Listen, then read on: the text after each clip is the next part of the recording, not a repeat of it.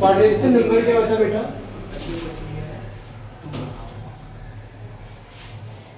Coordination number लिखिए the number of donor atom of ligands, the number of donor atom of ligands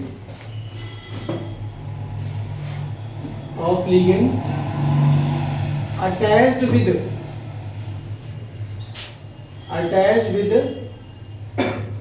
central atom called coordination number.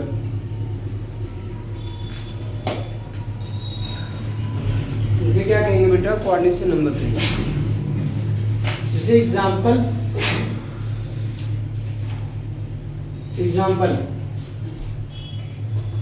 CONH3 का whole 6 Cl3. ये ammonia कैसा ligands है? Unidentate ligands है. इसमें एक donor atom है, तो 6 अमोनिया है तो कितने डोनर एटम हो गए? 6 हो गए ना. इसलिए इसका कोऑर्डिनेशन नंबर कितना हुआ? इसका कोऑर्डिनेशन नंबर होगा 6. राइट. दूसरा एग्जांपल NiCl4. Cl कैसा लिगेंड्स है? यूनिडेंटेड लिगेंड्स है, मतलब इसमें 1 डोनर एटम होते हैं. कितने Cl है? 4. इसका कोऑर्डिनेशन नंबर कितना होगा? 4. फिर इसके बाद बेटा जैसे हमने कहा कि FeC2O4 का होल साइज, इसका कोऑर्डिनेशन नंबर क्या होगा? 3. यही तो ना, तुम्हें याद ही नहीं है. 6 होगा. क्यों होगा?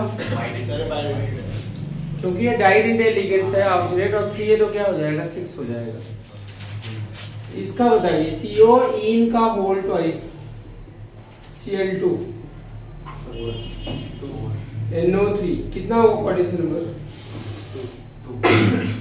क्यों होगा 2? Cl सर यूनिडेंटेड है. Cl यूनिडेंटेड लिगेंड और ये क्या है? इन डाइडेंटेड लिगेंड्स है. तो 2 2 2 4 और 2 कितना होगा? 6. आई ना कोऑर्डिनेशन नंबर की बात समझिए. हाँ, ये डाइडेंटेड लिगेंड्स है इन, और इन 2 है. इनका पता है ना, याद करके आया हो इसको. जब याद नहीं होगा तो कोई फायदा नहीं है पढ़ने का. ठीक है ना, जो पढ़ाया जाए मैंने बोला ये लिगेंड्स है तो याद रखिएगा. ठीक है ना, ये कोऑर्डिनेशन नंबर हो गया. नेक्स्ट है बेटा इसके बाद कोऑर्डिनेशन स्फीयर. क्या है भाई? Coordination sphere. कोऑर्डिनेशन स्फीयर क्या होता है? It consist of central metal atom या ions and ligands are enclosed in square bracket. are enclosed in क्या होगा? square bracket is known as coordination number. इसे क्या बोलते हैं? हाँ सॉरी, कोऑर्डिनेशन स्फीयर. जैसे यहाँ पे देखिए NiCl4 2 negative, FeC2O4 whole thrice 3 negative. ये क्या है? कोऑर्डिनेशन स्फीयर इसको बोलते हैं. नेक्स्ट है बेटा coordination polyhedra. Coordination polyhedra The arrangement of ligands,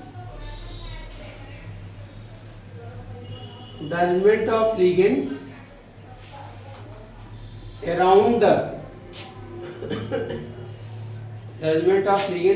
the central atom. The arrangement of ligands around the क्या होगा? Central atom in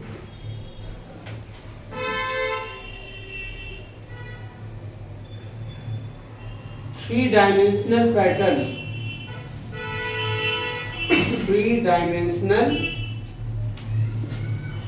pattern called coordination polyhedra.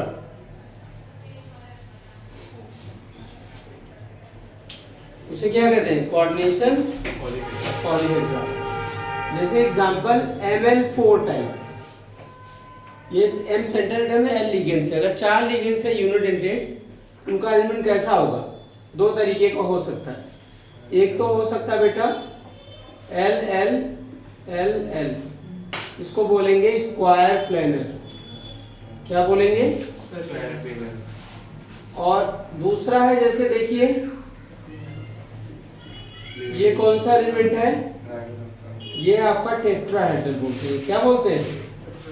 दो टाइप का एलिमेंट हो सकता है. ऐसे जैसे मैं Ml6 की बात करूं तो कैसा एलिमेंट होगा इसका जरा बताइए. 6 लिगेंड्स है और ऑक्टाहेड्रली अरेंज होंगे, तो कौन सा एलिमेंट माना जाएगा इसे? ऑक्टाहेड्रल. रुकना है क्या? Yes sir. अच्छा, नोट करो. देखो बेटा, ऑक्सीडेशन नंबर अब करना आपको. ऑक्सीडेशन नंबर कैसे निकालेंगे सेंट्रल एटम का? जैसे आप यहाँ पे NiCO का पोल 4 है, ये कॉम्प्लेक्स कंपाउंड है. इसमें Ni का ऑक्सीडेशन नंबर या ऑक्सीडेशन स्टेट, इसको ऑक्सीडेशन स्टेट भी बोल सकते हैं. कैसे फाइंड करेंगे? तो जिसका ऑक्सीडेशन स्टेट फाइंड करना होता है उसको x मान लेते हैं. CO कितना है? 4 है. CO पर चार्ज कितना होता है बताइए? हाँ, ये देखो मैंने कहा था, पढ़ के आया था, 0 होता. अब पूरे कॉम्प्लेक्स पे कोई चार्ज वगैरह दिख रहा नहीं, तो क्या कर लेंगे? यहाँ भी 0 कर लेंगे. तो x इक्वल टू क्या आ गया आपका? 0. तो यहाँ पे निकल का जो ऑक्सीडेशन स्टेट है वो क्या है आपका? 0. दूसरा एग्जांपल लेते हैं. NiCl4 2 minus. अगर आपको यहाँ ऑक्सीडेशन स्टेट फाइंड करना है, उसका फाइंड करना, उसका x लेते हैं. 4 इंटू क्या होगा? माइनस से इक्वल टू क्या हो जाएगा? -2. x माइनस क्या हो जाएगा? 4 इक्वल टू क्या होगा? -2. x इक्वल टू -2 प्लस क्या होगा? 4. तो x इक्वल टू क्या हो जाएगा? +2 हो जाएगा. आई बात समझ नहीं आई? वन मोर एग्जांपल आपके लिए. FeCN6 3 minus. निकालिए जल्दी से इसका ऑक्सीडेशन स्टेट. निकालिए. 2 3 में दे रहा हूँ. हाँ नहीं, माइनस दोनों का +3 है. x प्लस क्या होगा? जैसे बेटा इसमें Fe का निकालना है. x प्लस 6 माइनस क्या होगा? 1. कौन सा पूछ रहे हो? Equal to -1. तो x माइनस 6 इक्वल टू क्या होगा? -3. तो x इक्वल टू क्या होगा? +3. इसका निकालते हैं. x प्लस 2 इंटू क्या होगा? -2. 1 इंटू -1. 1 इंटू क्या होगा? 1 इंटू -1 इक्वल टू किसके हो जाएगा? -3. तो ये क्या होगा बेटा? x माइनस 6 इक्वल टू क्या होगा? x इक्वल टू क्या होगा? +3. सर आखिरी वाले को +5 आ रहा है? +3 आ रहा है. नहीं, सबसे लास्ट वो वाले का इसका +2 आएगा. हाँ, सोडियम का कितना होता है? +1. इसका x होता है और इसका क्या होगा? 4 - 1 इक्वल टू 0. ठीक है ना? देखो सोडियम क्या है? अल्कली मेटल होता है ना. आपको पढ़ाया था रिडॉक्स रिएक्शन में, अल्कली मेटल ऑलवेज एग्जिबिट क्या होता है? +1 ऑक्सीडेशन स्टेट. तो 2 प्लस क्या बेटा? 2 plus x - 4 equal to 0. x - 2 equal to 0. तो x इक्वल टू क्या हो जाएगा?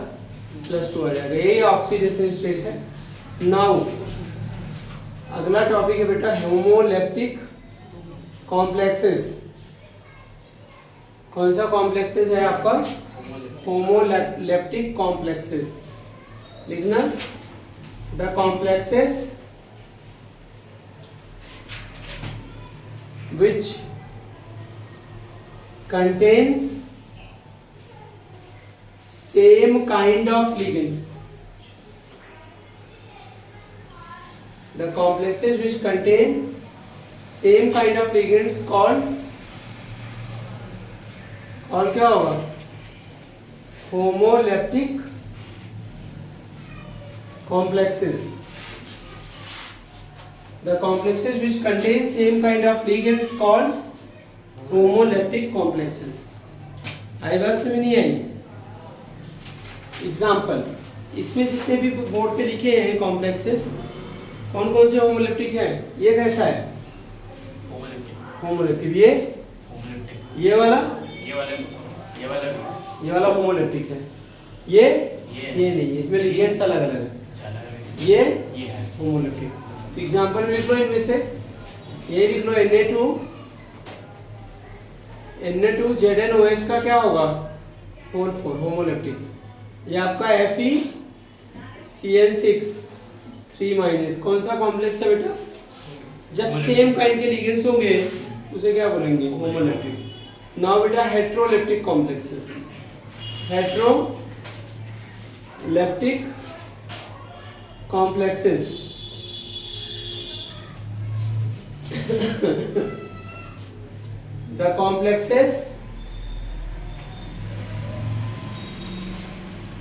the complexes which contains different kind of different kind of ligands ना? different kinds of ligands called heteroleptic complexes. ठीक है ना? यहाँ पे क्या होगा? C2O4 का whole twice NO2 Cl 3 negative. This is the heteroleptic complexes. Heading लिखिए बेटा, nomenclature of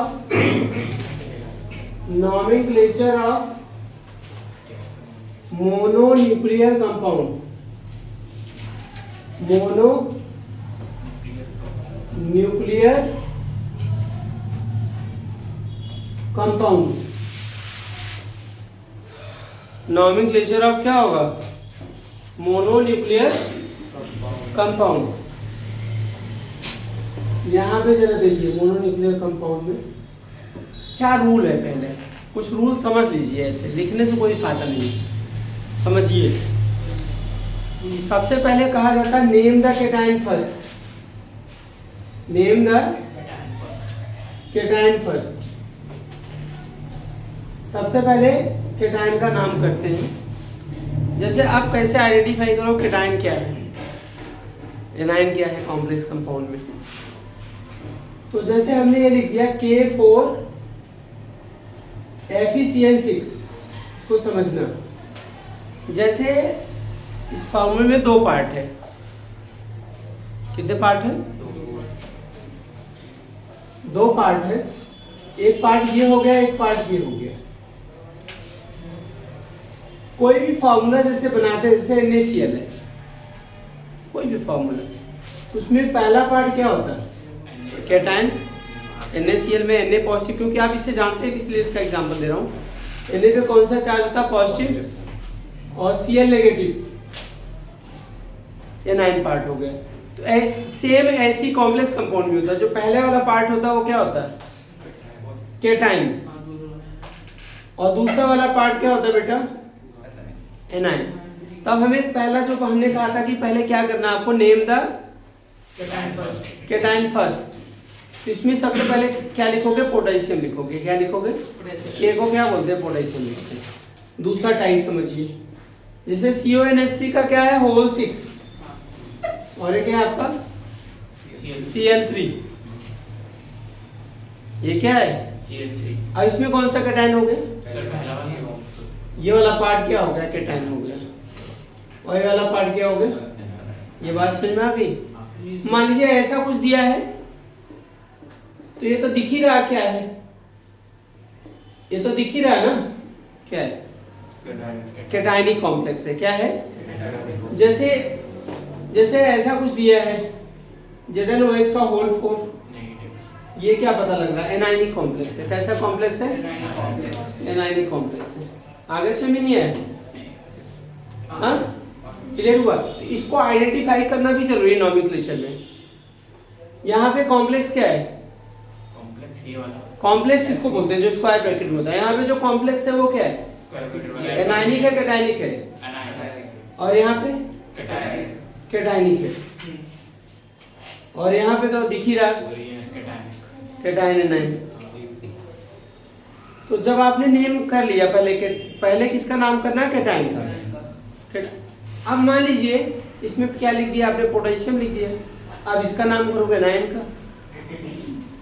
अब कॉम्प्लेक्स आयन का नाम कैसे करते हैं, ये समझिए।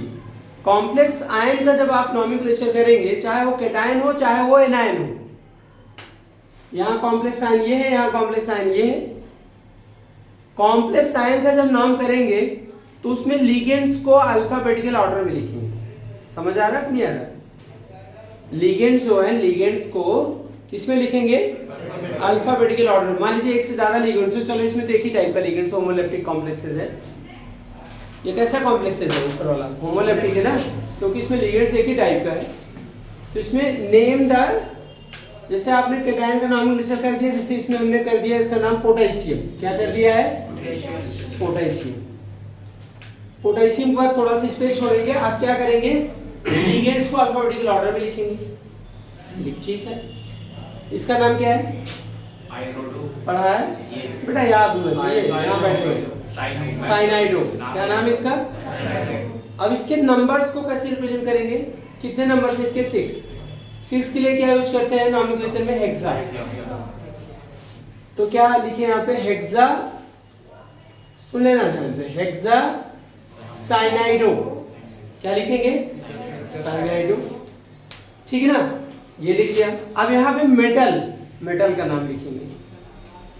अगर मेटल है ना, अगर कॉम्प्लेक्स एनायनिक है तो मेटल के नाम में क्या ऐड कर देंगे, 8। क्या ऐड कर लेंगे, 8, ATE। मेटल के नाम में क्या कर लेंगे, ऐड 8।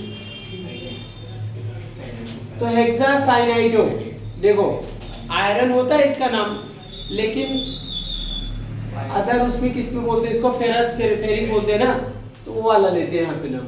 ये देखो फेरिक, क्या लिख लिया। अगर कॉम्प्लेक्स एनायनिक है तो सेंट्रल मेटल के नेम में क्या लगा देंगे, 8 लगा देंगे। अगर कैटायनिक है या न्यूट्रल है, अगर क्या है कैटायनिक है, न्यूट्रल है, उस केस में क्या करेंगे, सेंट्रल मेटल का सीधे नाम लिख देंगे। क्या लिख देंगे, सीधे नाम लिख देंगे। ये बात समझ में आई। हमने 3 पॉइंट बताए अभी तक आपको। पहले किसका नाम करना होता है, कैटायन का।